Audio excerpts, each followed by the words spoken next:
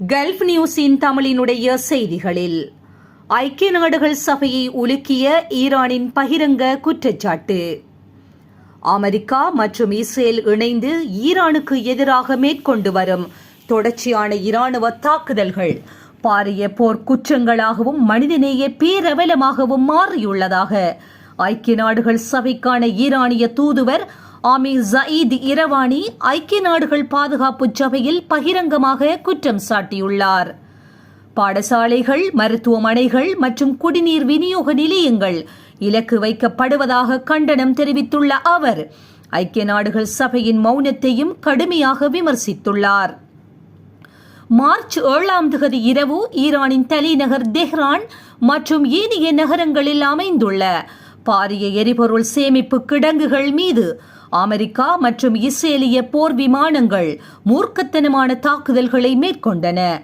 இதன் விளைவாக காற்றில் கலந்த அபாயகரமான நச்சு வாயுக்களால் மார்ச் 8 காலை ஈரானில் அமில மழை பெய்துள்ளதாக ஈரானிய தூதுவர் சபையில் அதிர்ச்சி தகவல் ஒன்றை வெளியிட்டார். இந்த நச்சு மழையினால் சிறுவர்கள், பெண்கள் மற்றும் முதியவர்கள் என பல்லாயிரக்கணக்கான பொதுமக்களுக்கு கடுமையான சுவாச கோளாறுகள் ஏற்பட்டுள்ளதாகவும் தெஹ்ரானில் உள்ள மருத்துவமனைகள் உச்சகட்ட அவசர நிலையில் இயங்கி வருவதாகவும் அவர் சுட்டிக்காட்டினார்.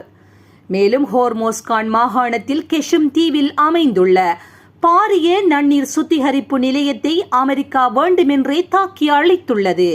இதனால் அங்குள்ள ஆயிரக்கணக்கான பொதுமக்களுக்கான குடிநீர் விநியோகம் முற்றாக துண்டிக்கப்பட்டு மக்கள் பெரும் நெருக்கடிக்கு உள்ளாகி உள்ளனர் என தெரிவித்த அவர் அப்பாவி பொதுமக்களையும் தூதுவர்களையும் இலக்கு வைத்து நடத்தப்படும் இந்த படுகொலைகளை கண்டும் காணாமல் ஐக்கிய நாடுகள் பாதுகாப்பு சபை மௌனம் காப்பது அதன் நம்பகத்தன்மையை கேள்விக்குறியாக்கியுள்ளதாக ஆமீர் ஜயீத் இரவானி கூறியுள்ளதுடன் இன்று இது ஈரானுக்கு நடந்துள்ளது, நாளை உலகின் வேறு எந்த ஒரு சுதந்திர நாட்டிற்கும் இது நிகழலாம் என உலக நாடுகளுக்கு பாரிய எச்சரிக்கை ஒன்றை விடுத்து தனது உரையை நிறைவு செய்தார்.